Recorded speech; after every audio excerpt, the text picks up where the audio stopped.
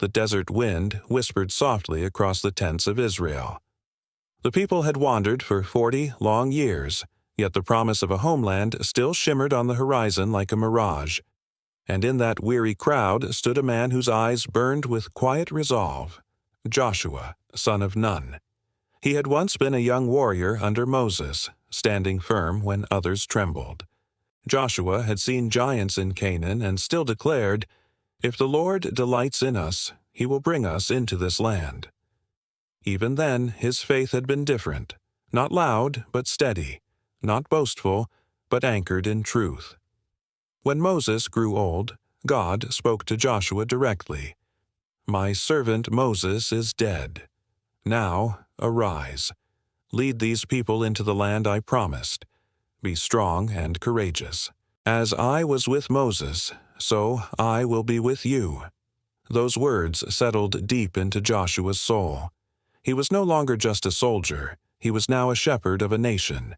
He had seen the Red Sea part, manna fall from heaven, and God's glory rest on Mount Sinai.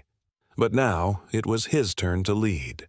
And so the mantle of leadership, heavy as it was, rested on Joshua's shoulders. Crossing the impossible. Before them rolled the mighty river Jordan, its waters swollen and fierce. The people murmured, remembering Egypt's Nile and the countless times fear had held them back. But Joshua did not hesitate. He told the priests to carry the Ark of the Covenant, the symbol of God's presence, straight into the water. And when their feet touched the river's edge, the current froze. The waters stood like walls, and the ground turned dry beneath them. Israel walked across, their hearts pounding with awe and wonder. Joshua lifted his hands toward heaven. "This is the hand of the living God," he declared, "that all the peoples of the earth may know his power." That night they built 12 stones by the riverbank, one for each tribe, a monument to remind generations that nothing is impossible when God leads the way. The walls that fell to worship.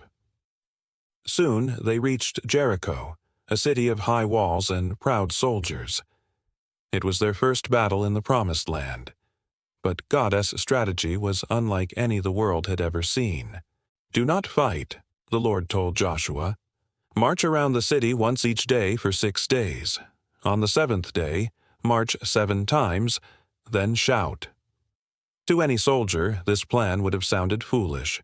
But Joshua didn't question. He trusted. Each morning, they marched in silence, the ark before them, the priests blowing soft notes from ram's horns.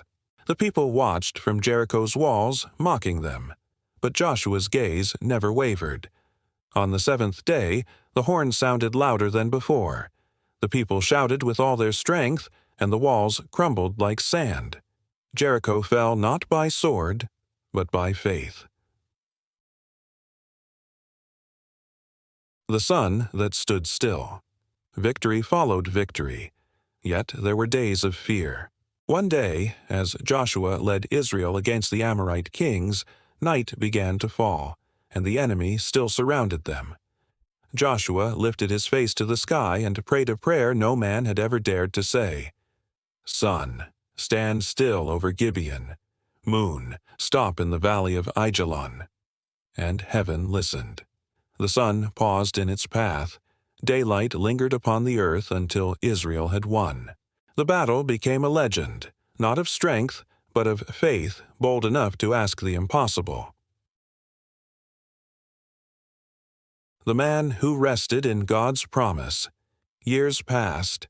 The land was conquered, divided among the tribes, and peace filled the valleys once more. The people built homes, planted vineyards, and sang songs of joy. Joshua grew old, his hair silver as the moon. He called the tribes together at Shechem and spoke softly, yet with the weight of heaven behind his words. "Choose for yourselves this day whom you will serve. But as for me and my house, we will serve the Lord." Those who listened wept, for they knew Joshua had never once turned aside from God's voice. not in fear, not in battle, not in doubt. He had been strong and courageous, as the Lord had commanded. But more than that, he had been faithful. And when his days were done, they buried him in the land of promise, the very soil he once spied as a young man full of faith. The sun set behind the hills of Canaan, and the people remembered Joshua not just as a leader, but as a man who trusted God completely. Moral of Joshua's story. Faith isn't the absence of fear. It is the choice to move forward despite it. Joshua showed us that when we walk with God, the rivers part, the walls fall, and even the sun will stand still for those who believe.